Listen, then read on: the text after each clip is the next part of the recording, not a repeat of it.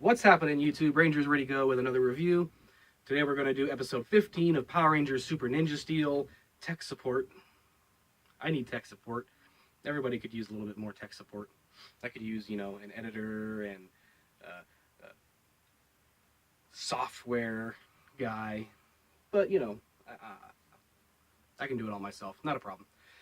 Anyway, this past Saturday's episode, I'm recording this on Sunday, day after. I DVR'd it. I was busy Saturday. I couldn't watch it when it was first aired. But, as always, I got to give you guys my quick opinions about it, or at least as quick as I can make it.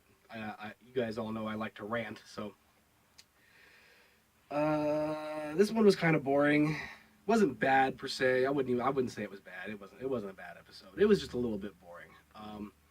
Again, some plot holes and some writing, story arcs that we've seen before. So, I mean, nothing really special.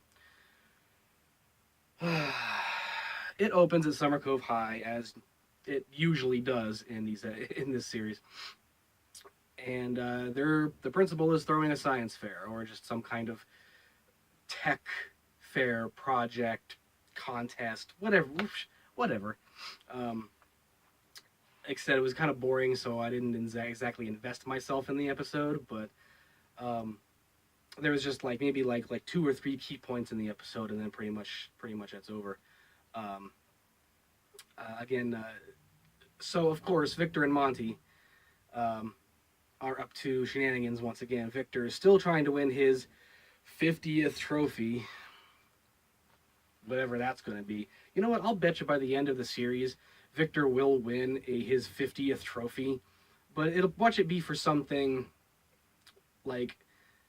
for doing something actually productive, say he gets an award for actually helping the Power Rangers or saving the school or somebody from an impending danger, and he'll get an award for that, and that'll be his 50th award, because throughout the rest of the series he's been useless, absolutely useless, full of nothing but tomfoolery and fart jokes. Tomfoolery. Who uses that? I do, I guess.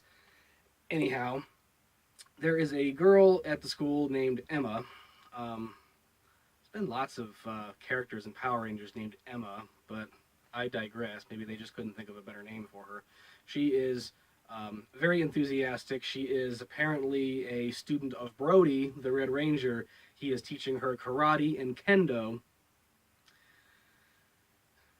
I guess I can believe that. Yeah, I guess I can believe that. Anyway, I guess just after a few lessons with Brody, she thinks that she's so good now that she can fight with the Power Rangers. You can't. Sorry. If only it was as easy as him saying no. But of course, he's trying to keep up the ruse that he's not a Power Ranger, and he's just going to try to give her advice as a friend. But then again, he doesn't really give her advice. He more or less encourages her, or at least doesn't try to shut her down. No one wants to smash anyone else's dreams. But anyway, we didn't have our monster this episode introduced on the Galaxy Warrior ship. He just kind of appears, and I want to say the monster's name is Typeface. Kind of a boring, dull, unimaginative name for a monster that looks like a walking keyboard. Anyway, he just kind of appears out of nowhere and decides to attack Brody while he's walking with Emma. Tells Emma to run, of course, and he morphs, calls the rest of the Rangers, and they come to help. Well, the monster apparently has the ability to infect the Rangers' weapons and technology with a virus. And I can't help but think that they're doing the whole virus thing just as a precursor to Power Rangers Beast Morphers, where basically the entire series is going to be about a virus attempting to corrupt the morphing grid. So the monster ends up actually grabbing Calvin's Starblade, or Star Sword, and infects it with a virus. And weirdly enough, just because he infected one Ranger sword, the rest of the Rangers' weapons and their systems back at their base are now all corrupted with the virus. Well, Emma seems to think she can fight with the Power Rangers, so out of nowhere, here she comes with her training, her training kendo stick, her wooden katana, if you will, and proceeds to swing at the fences at the Kudobots, or whatever they're called now. And she seems to be thinking that she is destroying some of the minions, when really the Rangers had already finished them off, and she just jumps in for a quick swipe with her eyes closed and thinks that she destroyed them. 3, in fact, not 1 or 2, but 3 she believes that she destroyed. And of course, instead of right then and there, the Rangers telling her that this is too dangerous, we don't need you helping, you need to stay where it's safe. Instead, she hits a phone call or something on her phone, or an alarm goes off and she runs off. Oh, I'm late. Bye. See you next time. Of course, Levi, being the voice of reason in this episode, tells Brody that he needs to tell her to back off and that it's too dangerous to try to fight with the Power Rangers. But not before, once again, during the second attack, with Typeface, does she attempt to help. Now, I'm trying to remember her name. The female villain who is the right hand to Madame Odious now, the villain with the fan, with the fighting fan. I can't remember her name for the life of me right now. It's just kind of escaping me. But anyway, she comes to attack the Rangers. Emma gets in the way, saying, if you want to get to the Rangers, you got to get through me. Now, the monster says, like a hot knife through butter, because that's basically what would happen. She fires a blast at Emma. Luckily enough, Emma actually deflects the blast. Yeah.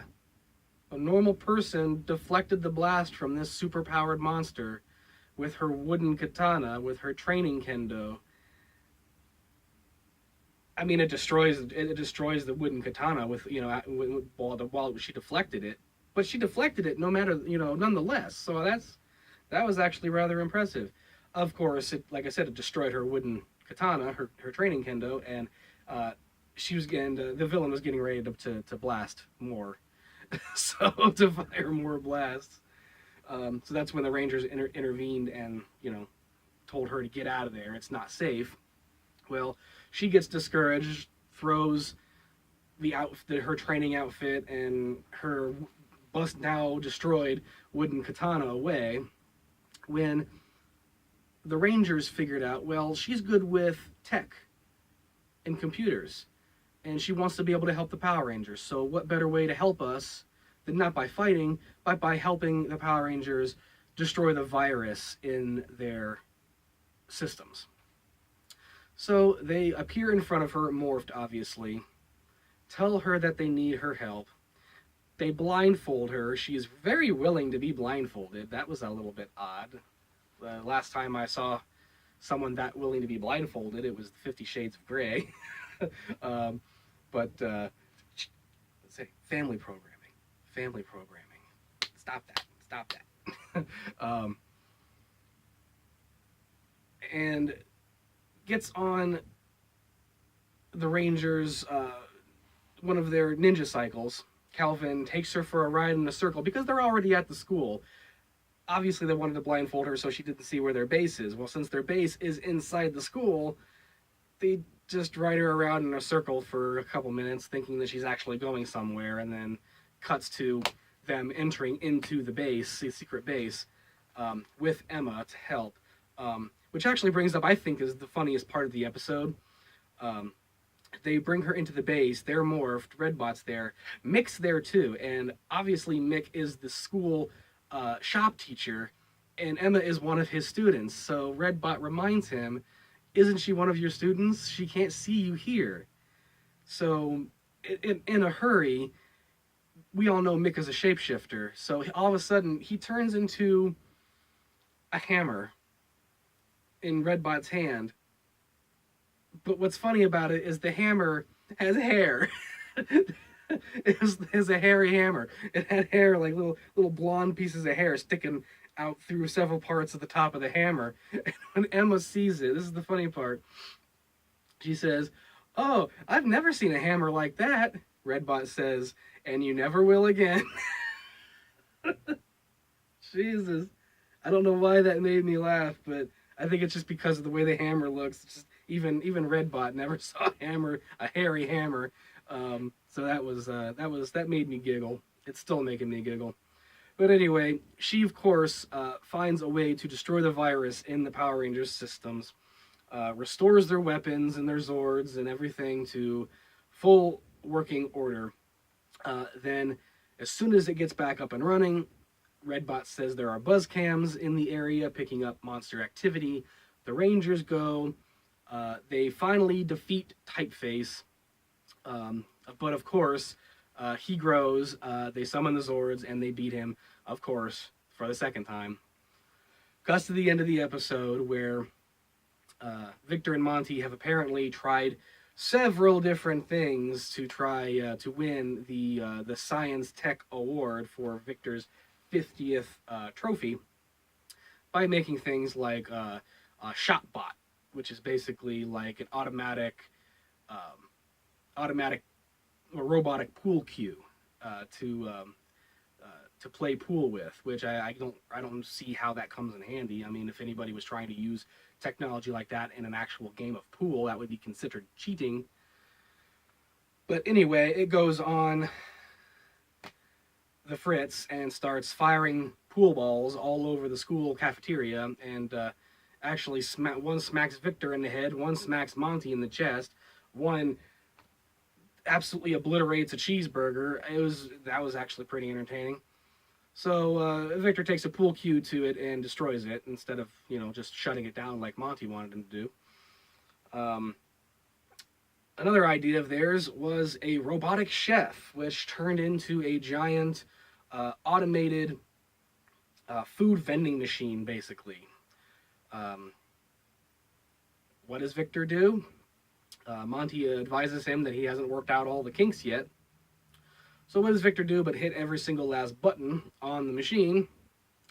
And what does it do? It starts flinging food at all of the students in the school, including the Power Rangers and the principal and Victor and Monty themselves. So of course, who wins the trophy? Not Victor. Emma wins the trophy for I don't even know what. They never explained what her invention was. If they did, I must have missed it. I'm going to have to watch it again. But I'm fairly certain they never explained what invention that she had that won over Victor. And even though Victor and Monty's invention basically malfunctioned, we still actually got to see it. We got to see it doing something. So, I mean, what did Emma do? What did she do to win? I don't know. I couldn't really find a moral in this story today, guys, so I can't really tell you what that would have been. I can't really tell you. And that was it. Like I said, it wasn't a bad episode. It was just a little bit boring. It was just there. So, I mean, it's episode 15. We've got a few episodes left. Not many. 5, maybe 6 at best. And it's already... it's almost October. It's going to be October tomorrow, and so we've got maybe a couple more months of them showing episodes. They may start here soon, going every other weekend with the episodes instead of every week. That way they can draw it out through a couple of weeks before Christmas, because they usually air the last episode of the series usually a couple weeks before Christmas is usually when the last episode is. So yeah, I think they're going to start spacing them out a little bit more from this point on until Ninja Steel is done, or Super Ninja Steel is done. And then in January, of course, we're to expect Power Rangers Beast Morphers, which I'm excited for. I know a lot of other people are excited for. But that's my review of Power Rangers Super Ninja Steel Episode 15, Tech Support. Leave comments in the comment section below. Let me know what you guys thought of it, whether you liked it or you didn't like it, as usual. Be sure to like, share, and subscribe if you haven't already. You all know the deal. Help me out. Every single last bit of help I get is appreciated. I still have plans on releasing another string of collector's reviews, and I have a couple other special videos coming up here soon too. I know I keep saying that, but trust me, they are coming, guys. They are coming. I'm just trying to shift some things around in my life, and I'm trying to get everything organized. I'm not very good at organizing things, so I'm trying to get everything organized and back on basically on a regular schedule. I want everything to just smooth sailing. I want everything to go real smooth, real easy. So until next week, guys, whatever video that may be, this is Rangers Ready Go, and this concludes our broadcast day.